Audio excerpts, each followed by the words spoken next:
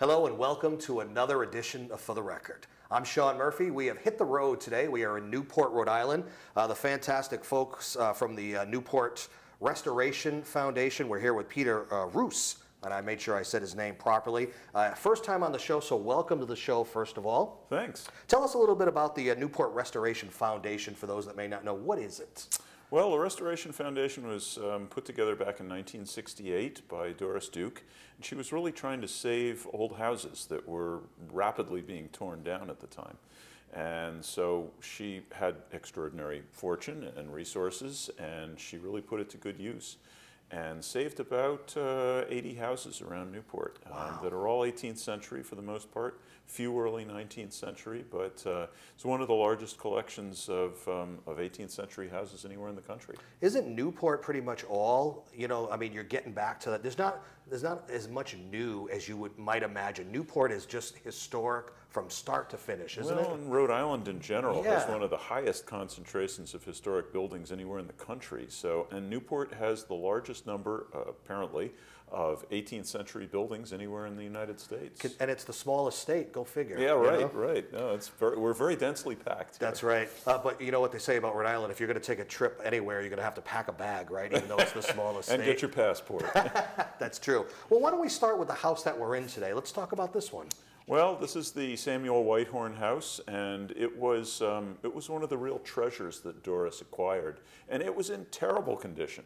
The floor that we're sitting on didn't exist when she bought it. Oh, I hope it's okay now. Yeah, it's fine now, but they had actually hollowed out this floor so that it was grade level at the front of the house, and they'd put a butcher and a dry cleaner here. There was a ham painted on the side of the house when she got it. A ham? Oh, ham. Yeah. Yeah. Oh, I get it because it's a butcher. It's a retail butcher shop, and so I thought I smelled some delicious deli. But, yeah, well, really old. But sadly, we got rid of the ham. But the house is a wonderful house and has amazing details, as you can probably just see over our shoulder on camera. Yeah, very beautiful. What goes into, we'll get to all the others, but what goes into restoring a place like this? I mean, it's a daunting task, isn't it? It is a daunting task because you're trying not to remove anything that might be really precious documentary fabric of the building. And yet at the same time, if you're going to make it a usable building again, sometimes there has to be a little give and take there? That's right, that's right. And we're doing a house right now at 88 Bridge Street, which is called the Dayton James family. It's only belonged to two families since the 1750s when it was built. Wow.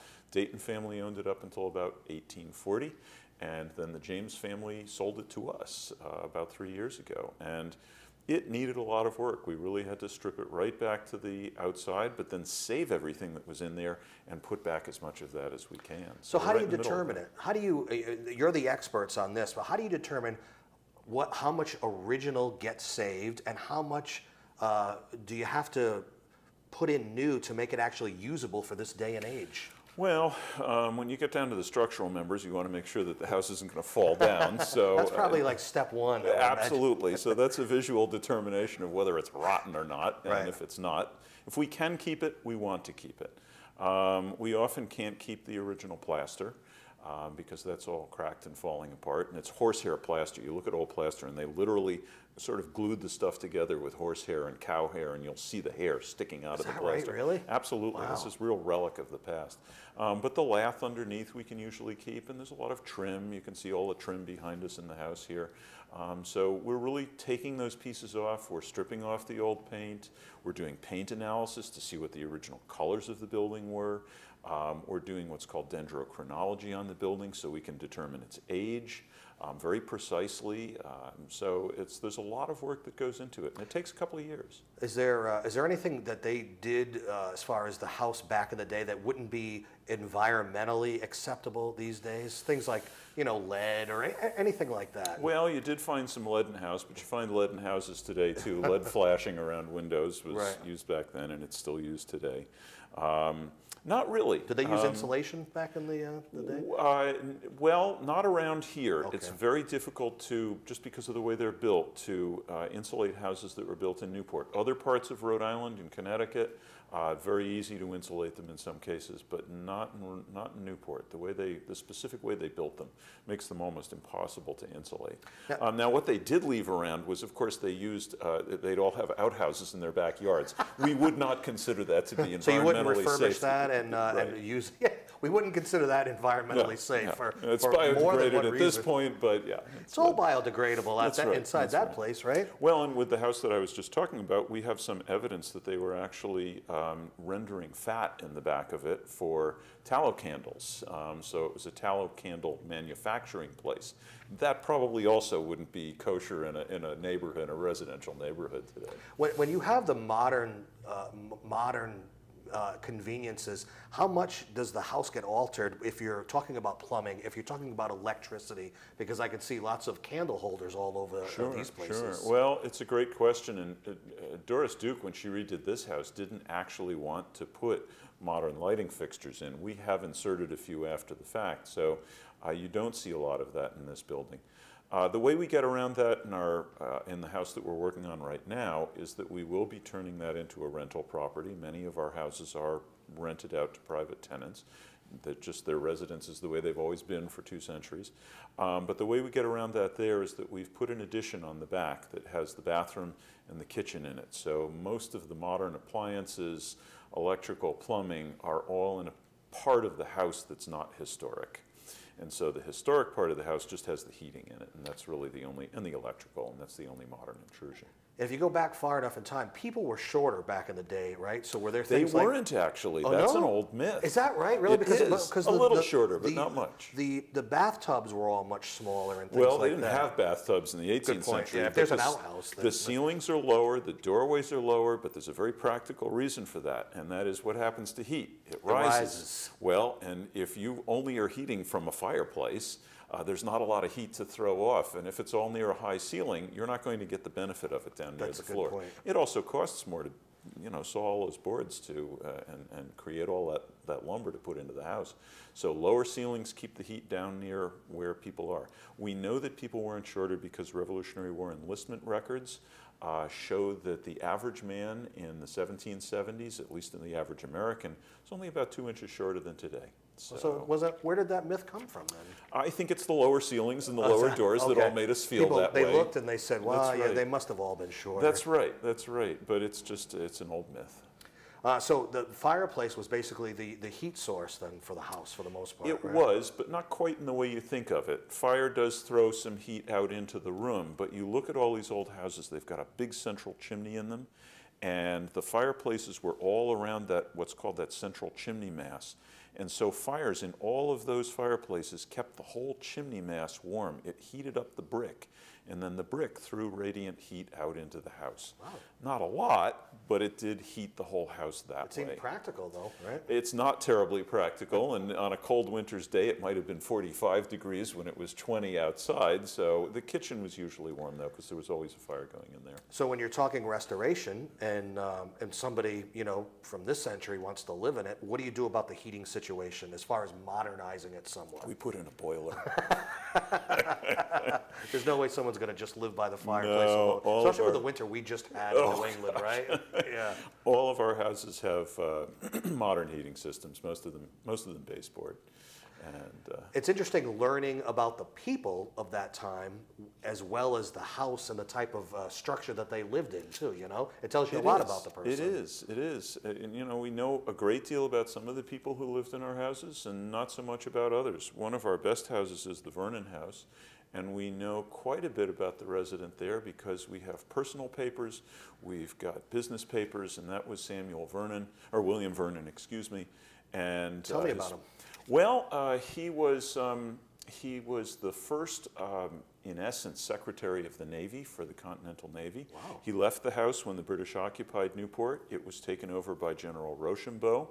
But some of the personal papers are very enlightening. He sent his son off to Europe to be his business agent. And then his son didn't communicate with him for about, I don't know, 10 years or something like that. Oh, talk about falling out, huh? Well, and yes and no. And finally, the father writes a letter to the son saying, I'm in my 70s. There's not a lot of time left, No, right? he said, I don't expect to live much longer. He said, my estate is worth X, and it was a lot. He was a wealthy man.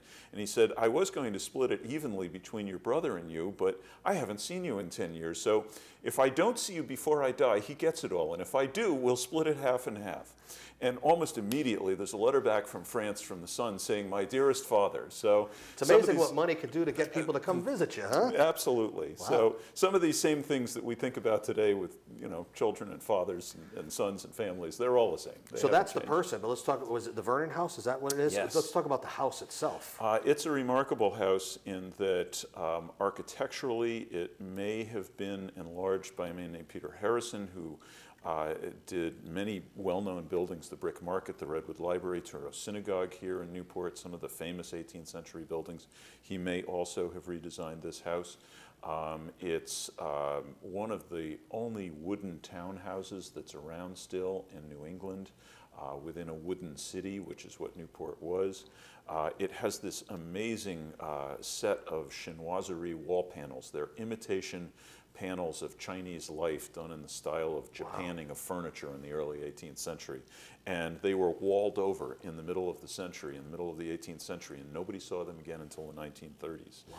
And they're probably unique in this country. And then there's the fact that General Rochambeau stayed there, and William Vernon was a fascinating character in his own right. And so it's a wonderful house with a lot of wonderful history. And between ourselves and the Historical Society, we have all these amazing documents that tell us about the house and its occupants. Now that's one place where you have a multitude of information about the house and the people that stayed there. In other cases, though, it's the opposite, right? Very little in many cases.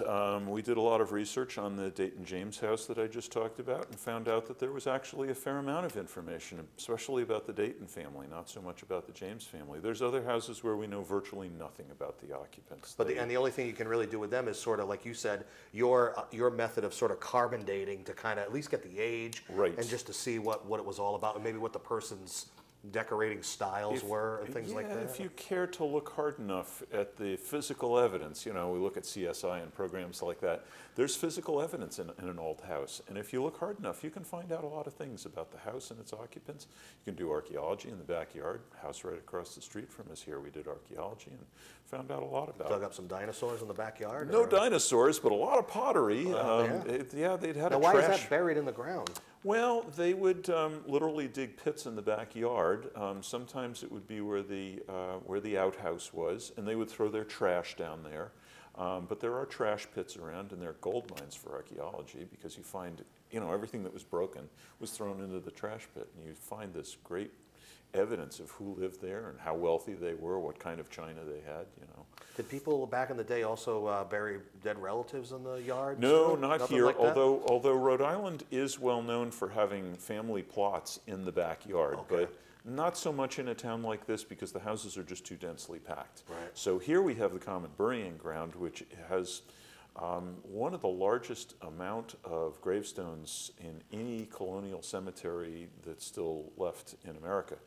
New York and Boston had larger ones, but they've erased them over time. And there's, I think, about 4,300 known gravestones in the common burying ground, including slaves and people going back to the 1660s. So it's a remarkable.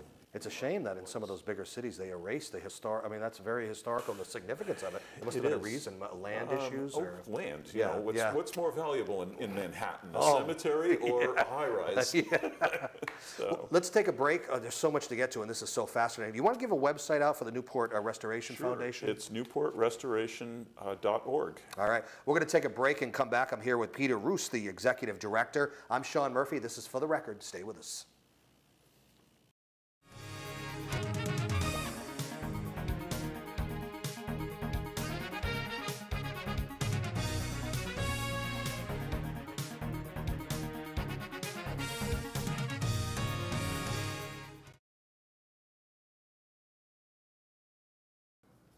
Welcome back to For the Record. I'm Sean Murphy. I'm here with Peter Roos, who is the Executive Director of the Newport Restoration Foundation. Fascinating stuff to talk about off the air. We were talking a little bit about bad weather and severe weather, things like hurricanes and superstorms. Wondering how restoration jobs and houses like this hold up. And if you go back in time far enough, these places held up quite well, haven't they? They actually do. During some of the big hurricanes, just even in the last century, 38 and Hurricane Carol in 1954, the water was 3 and 4 and 5 feet deep along parts of Easton's Point and right into downtown, 3 feet deep. And the water comes in and it recedes, and the historic house is generally in pretty good shape. The foundations can suffer a little bit, but the structure usually doesn't. It needs repair, but they survive very well. And there's been 8 to 10 hurricanes of really serious magnitude in the last 200 years. Maybe a little flood insurance and you're good to go, right? Yeah, and usually, you know what? The flood insurance isn't so much for the structure of the house, it's for the mechanical systems. It's for the boiler that gets flooded, the electrical system. Right, exactly. The historic structure doesn't mind a little salt water. So. I want to talk about one of the other houses because this is a great story too, the Christopher Townsend house. Talk about that for a bit. Yeah, that's a recent acquisition for us. We look at our houses as a collection, just like any museum would look at a collection. And this is a house that we've had our eye on for a while. It was privately owned. Christopher Townsend was he was the first generation of cabinet makers here in Newport. And the furniture that we're surrounded with in this room, this wonderful furniture, was all built here in Newport in the mid to late 18th century. Keeping it local. That's right, and has proved over time to be one of the most popular forms of American antiques that there are. The highest price ever paid for a piece of American furniture was paid for a secretary desk made right here in Newport, which went for $12.1 million in 1989. Wow. And there's been a number of other prices that have come reasonably close to that since then. So, so Christopher Townsend was, he and his brother Job were the first 2 cabinet makers in Newport that we can point to that really worked in this so-called Newport style. And his house still exists, and even more wonderful is that it's the only cabinet maker's house in Newport that still has its shop attached to it. And when we purchased it, we found that there was a piece of mahogany, which is what all the best furniture was made out of. It's a piece of mahogany in the attic that had just never been used by Christopher Townsend. It was a butt end that had a big knot and a fissure around the knot. It was not usable, but there was probably enough in it that he hadn't wanted to throw it away. Right. And so it sat in the attic for But he could never figure out what to do with it, though. That's right. No, I guess they never quite figured out what to do with it. But it's been sitting there ever since he died in 1787, so that's a long time ago. Antique furniture, the stuff that's in this house, obviously it's appropriate and perfect for a house like this, but people love antiques so much and antique furniture that they will also put that in their newfangled modern green homes too. Why is that? You know, great design is just great design, and if it's timeless, then I think it works just about anywhere. Yes, I've seen very modern houses, very clean interiors that have all this 18th century furniture. Yeah, it's like, and it doesn't look bad because No. it's good design. It's beautiful. So, yeah. You know, we talked a lot about the houses and the restoration procedure, what goes on in there. But we need to give credit to the crews that are working on them because they're special, especially some of the people you have working for you. Yeah, we have a fabulous crew here. Our millman has been with us since 1973. Wow. So, you know, that's a long time. Pretty soon he's going to be considered historic, Absolutely. Right? He's a bit of an artifact himself, but he knows, you know, when everything was done, and that's great. And there's a lot of guys on the crew that have been there for 20 years plus, but we have 4 carpenters, 4 painters. We have a maintenance man who's a Class 2 pipe fitter as well as a certified chimney sweep, so we can do the top and the bottom. And we could not keep these houses the way we do without their help. And to be able to do this in-house is so important to us. There are conservators. They do the conservation on the houses, and we have a director of preservation who leads them through all of Is there a state-wide thing? Is it a federal thing that comes in and determines things, or is like sort of an overseer? How does that work? Well, we're all part of what's known as a historic landmark district, which is under the auspices of the Department of the Interior. But what really puts teeth in preservation in Newport is that there's a historic district commission and a historic district zoning ordinance that puts all of that into place. So you can't do things here in Newport to a historic building without their say-so. Right. And but there's so much in this there town. is so Yeah, much. yeah. There is so much. So they're a busy group, but it's a very important protection for preservation in Newport. No matter how much a group like ourselves or the Historical Society or the Preservation Society does for preservation here, it's really the zoning ordinance that makes Newport the wonderful historic place that it is. And it's a national treasure. I talked before about how many houses here are 18th century, but there's amazing buildings here that are 19th century and even a few that are 20th century. Some of our best architectural heritage and our most famous architects in this country are all represented here in Newport. And that zoning board protects all of those buildings. Now, what would happen if they didn't? Would someone just want to buy it, knock it down, and that's put a happened. parking lot or something? There are parts of Newport where they are not in the historic district, and yes, old buildings, all they have to do is go to the building inspector and get a permit and knock them down. That's a and shame. That's it. Yeah. It is, but it shows how important it is to have a body that protects them. I want to bring you into the present for a moment, okay? You have your car.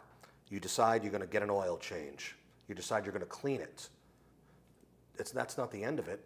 And the house, once you restore it, that's not the end of it. That's a big myth.